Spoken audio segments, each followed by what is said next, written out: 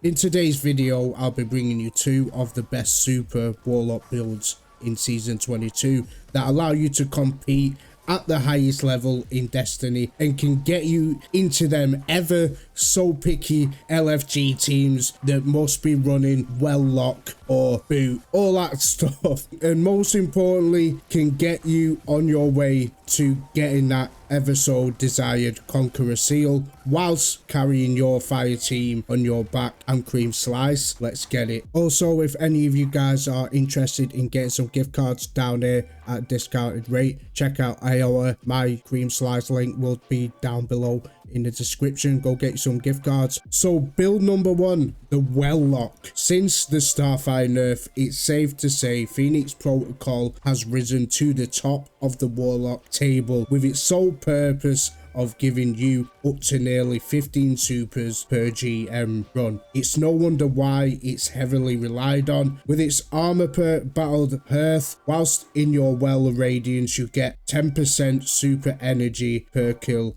allowing you to end your super with up to 50% super energy back. If you have two Wellocks running, this is pretty much back-to-back supers because you will also create orbs of power when you cast your Well of Radiance. It also grants you and allies 25% weapon buff and constantly heals you, making it now an absolute monster for endgame content like GMs and raids. The most important aspect for this Welllock build has to be the Touch of Flame. This increases all functionality of our grenades. Choose whichever one suits your playstyle. If you want that extra healing and restoration ×2, go for healing nade. Or if you want to dip your toes into a little bit of scorch, take the fusion grenade as it will explode twice, dealing heavy burst damage, also scorching enemies. Or go with the ever so reliable solar nade, which periodically scorches enemies with lava as well. Good enough to hold down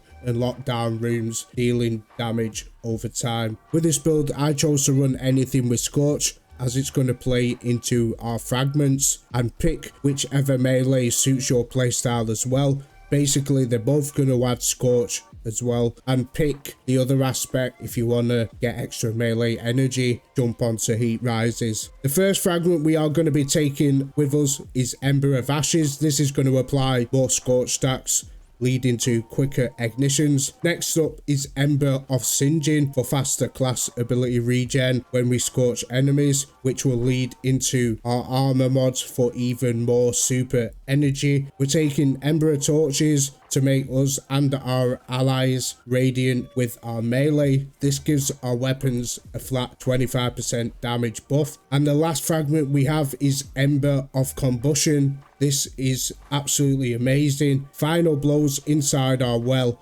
automatically ignite enemies, dealing insane AoE damage as well as more damage, plus scorching, leading us back into our Rift energy loop. For weapons, you want to be running a solar primary. I love using Tiku's Divination with this build in this specific Grandmaster, although it doesn't scorch, it's still an endgame monster. With the Tikus, hitting enemies with a hip fire will apply Sacred Flame, then an aim shot detonates them, dealing 190 damage. Precision hits deal 100% increase explosive damage as well.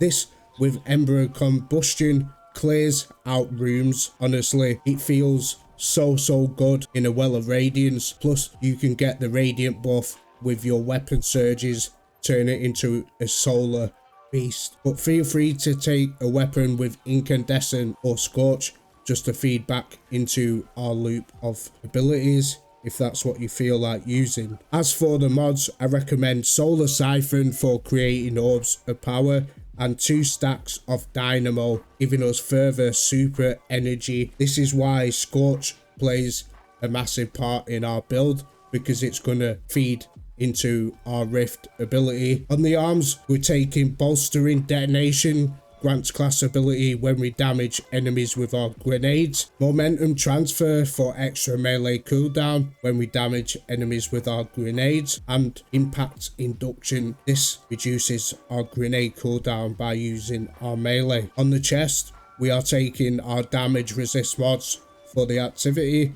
Also charged up for extra stacks of armor charges. On the boots, we're taking Absolution for all ability cooldown when we pick up Orb of Power, and 2 solar weapon surges for a 17% damage increase with our solar weapons, which will also stack on top of our radiant buff. And finally, on the class item, we are running double bomber for faster grenade cooldowns with our rift plus distribution. This is going to feed into all of our abilities. Spec into resilience, then discipline, and then recovery next. That is the first build. Let's get the second. Build number 2, Heartlock. This build solely revolves around the newly revamped geomag stabilizers and the Chaos Reach Super. Using the geomags will increase the Chaos Reach's total damage by up to 120%, plus the duration. Plus it grants you 10% super ability energy on hits. Cancelling your super early can also refund you up to 30% of your super. Now with the newly reworked geomags, picking up an ionic trace will give you 2% super ability back. As we know, the Heartlock's ability rotation plus art weapons can create a ton of ionic traces, leading into plenty of supers and plenty of abilities. Even if you have a super bar and there's one thrall there and you want to let loose baby, let loose baby. As for the aspects we're going to be taking with this build, electrostatic mind will allow you to create ionic traces by defeating a jolted or blinded target, which we can do with our abilities plus the exotic weapon of choice we're using. Collecting traces makes us amplified as well. Obviously, we know when we collect an ionic trace, it gives us 2% super energy as well as ability energy back. Then you want to be taking the Arc Soul for that Arc Buddy for the extra damage, plus being amplified increases the fire rate and damage, making the Arc Soul supercharged. When it comes to fragments, Spark of Ions will allow us to create an ionic trace from defeating jolted targets.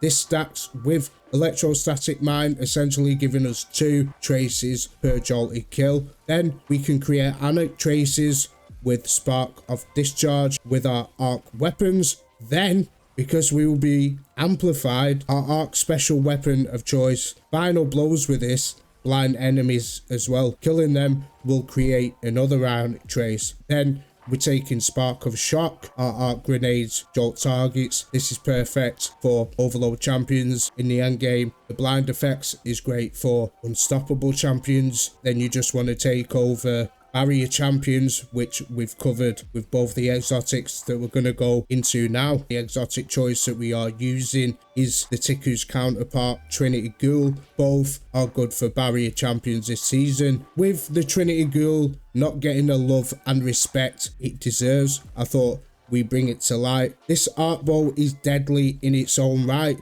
It's an ad clearing machine with heavy AoE damage, with now blinding capabilities thanks to the fragments. Activating lightning rod with any arc kill grants this weapon chained electricity, which deals 95 damage on impact. Blind everything in its path. Throw on some surges and you are good to go. Basically, with these builds, both builds can reap the rewards from the artifacts as well, giving you increased ability damage and weapon damage thanks to Monochromite Maestro, also benefiting from Elemental Fury and Elemental Orb pickups. Both of these builds run the exact same armor mods, apart from Arc Siphon, you want to be switching, and Arc Surges, you want to be switching from Solar Surges. And another tip that I was using is, I think with Heartlock, Elemental Charge on the boots has to be a go, because you can create more ionic traces than you could fire sprites with the solar build. So that's pretty much all you will be changing in this arc build. The rest of the mods still stay exactly the same, but I'll throw up a loadout pick as you can see now on screen. Spec into resilience, discipline, and then recovery with both builds. Both builds are heavy meta at the moment. I think Phoenix just taking the top at this moment in time. Pretty much be more desirable in the LFGs as well, more survivability and so on, but both S tier in the end game now. I hope you like both of the builds. Thank you for watching. I'm creamslice. Peace.